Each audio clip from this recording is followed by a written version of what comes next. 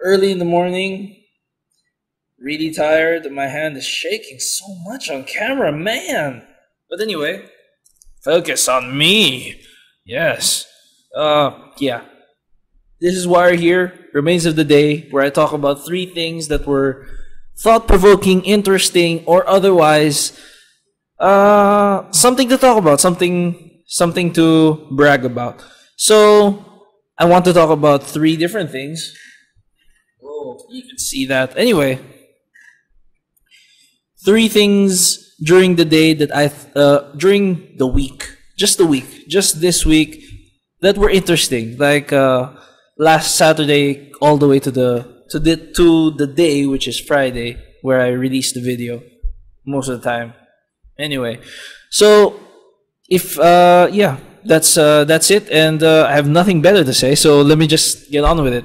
So the first thing is, do you know those tiny TVs that people like this size? Something like that. Yeah, tiny TVs where people watch TV in the car. Those tiny things, which you can't even. I find those so annoying because anything below a couple of inches, you can barely see the detail.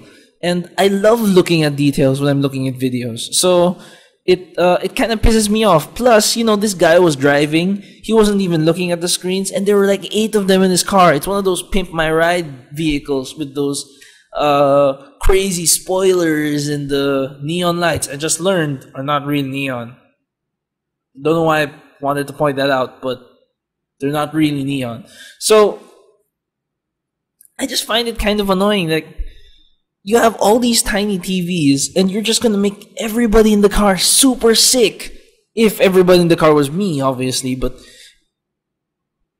do you watch TVs in the car? Do you pay attention to the details or just listen to the sounds? Because if you just listen to the sounds, a really good stereo would probably do just as well. Like, you don't even need all this fancy equipment. I wouldn't want to see the event because my brain would implode of jagged rocks going like this on the car, and then in the same time you're trying to watch something like Inception. So that really irked me, and that's it. All I can say about the first thing, the pimp my ride. The second thing is punctuation, and for punctuation, I just can't imagine the lack of it, the lack of punctuation, because to me, grammar can go suck it, really, almost completely suck it, because the only important thing to me is the emotion that you put into the way you pronounce, the way you say things, the way you do things, your words, the presentation of your words, the action of saying something to me is the most important thing. And being the most important thing, punctuation basically converts that onto the paper. Because I can say something like, I ate. The dog grabbed some of it. I ate the dog, grabbed some of it. Like, can you see the difference? In one of them, I'm a bastard, and the other one, I just fed something to the dog while eating myself. So, let me just let me think about that for a sec.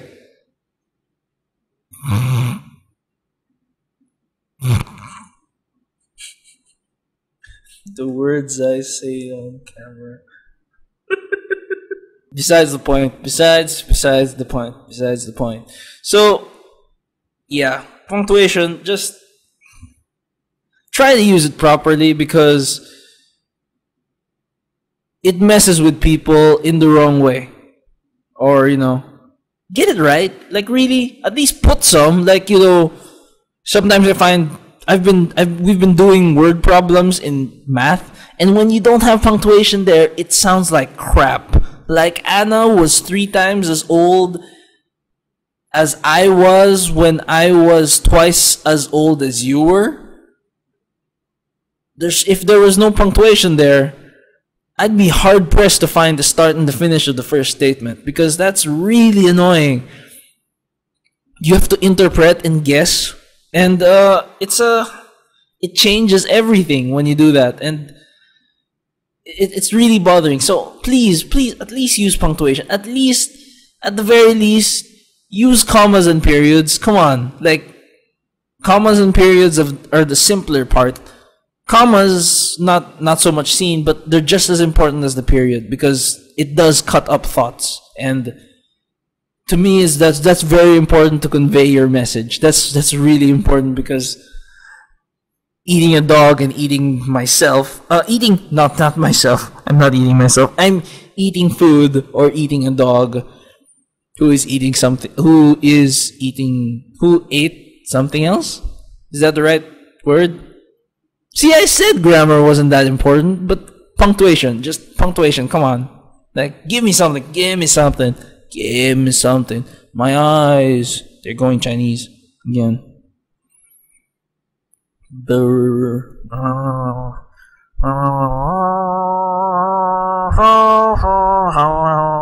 Anyway, last thing is LA Noire, which is the video game that I've been playing, and in general, noir and noir conversations when you're a detective and then you run around asking people like, "You did it, didn't you? You did it."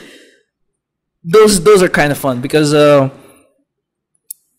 it's nice playing devil's advocate, and I just like the feeling of going around and trying to figure out a mystery. It's I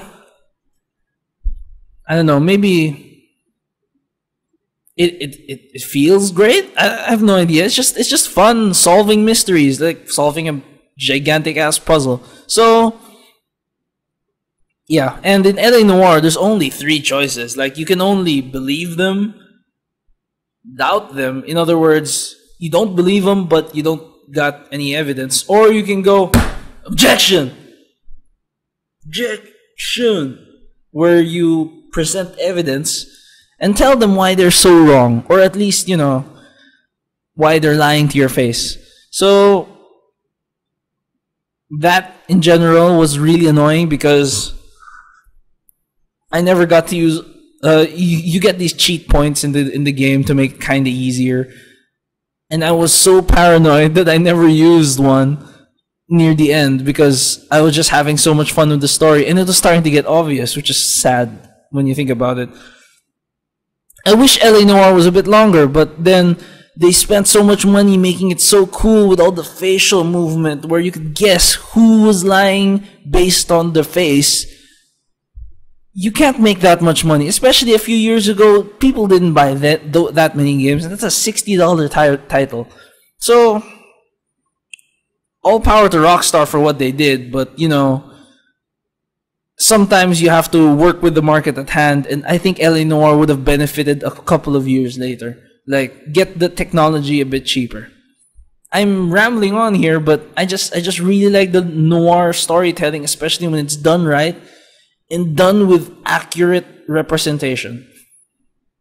Just like anything else, a good dialogue makes for a good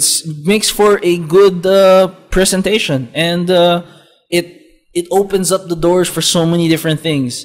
And that's what's so great about people, because once you start talking and you don't just shut up and kill people, great things can happen. So that's it for me. If you have any comments, suggestions, likes, favorites, tweets, what the else, bookmark, I don't care. MySpace, I don't want to be on MySpace. Like, seriously, don't put me on MySpace. Or, well, you know, Facebook's okay, but not such a big deal on that either. Friendster, do people still use that? LinkedIn is for, no, that's something else completely. What's that called? Foursquare. I haven't even tried that. Is that any good? Anyway, going off topic. So, just send me a message. Bring up 3 things that were interesting, 3 things that were annoying, 3 things that were amazing about the week. 3. The important thing here is 3. And the important thing is every week should be memorable. Every week should have something in it, because otherwise, you know, you could just tell a robot to do your job, really. That's it for the remains of the day. I propose a toast To all things great and small, wire out.